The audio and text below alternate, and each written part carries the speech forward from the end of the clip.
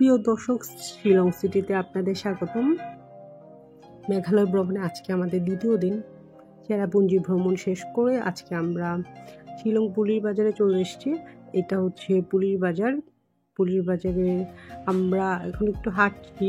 আমাদের আগে থেকে হোটেল ঠিক করা ছিল না, আমরা ডাউকি বর্ডার দিয়ে সরাসরি চলে গিয়েছিলাম চেরাপুঞ্জিতে।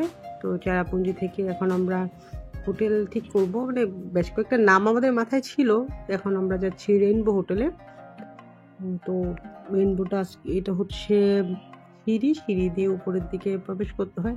যাওয়ার সময় পাশে একটা মিরর আছে, সিঁড়ি দিয়ে অনেকগুলো স্টেপ উপরে রেইনবো হোটেলটা। আর এটা হচ্ছে রিসেপশনের পাশে এরকম একটা বসার জায়গা আছে, বেড দিয়ে খুব সুন্দর করে করা আছে।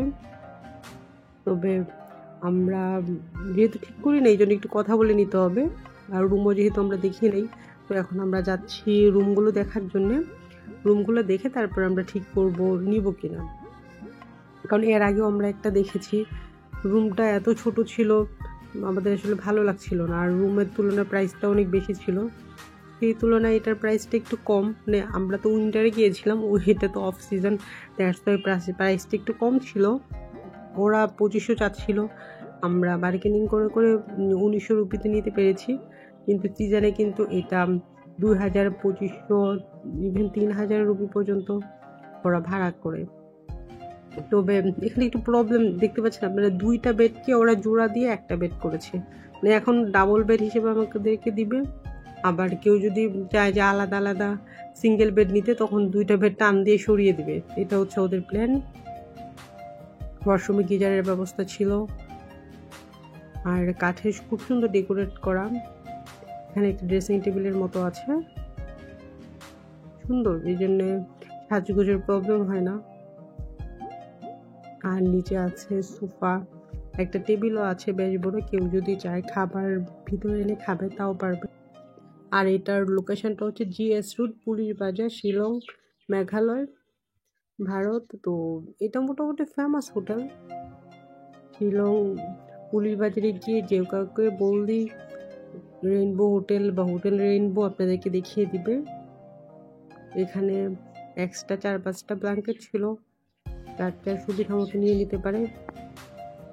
যেহেতু উইন্টার ছিল, বর্ষার বদলে প্রচণ্ড ঠান্ডা ছিল, ঠান্ডায় আমাদের ভালোই কষ্ট হচ্ছিল। তো আমাদের রুমটা পছন্দ হয়ে গেল, এই জন্য আমরা আবার বের হয়ে রিসেপশনের দিকে যাচ্ছি, যে আমরা এখন প্রাইস নিয়ে কথা বলবো। আর একটু বুকিংয়ের ব্যাপারও তো আছে, বুক করতে হবে। আমরা বুক করি নাই, গাড়িতে আমাদের ব্যাগেজ আছে, ওগুলো নিয়ে আসতে হবে।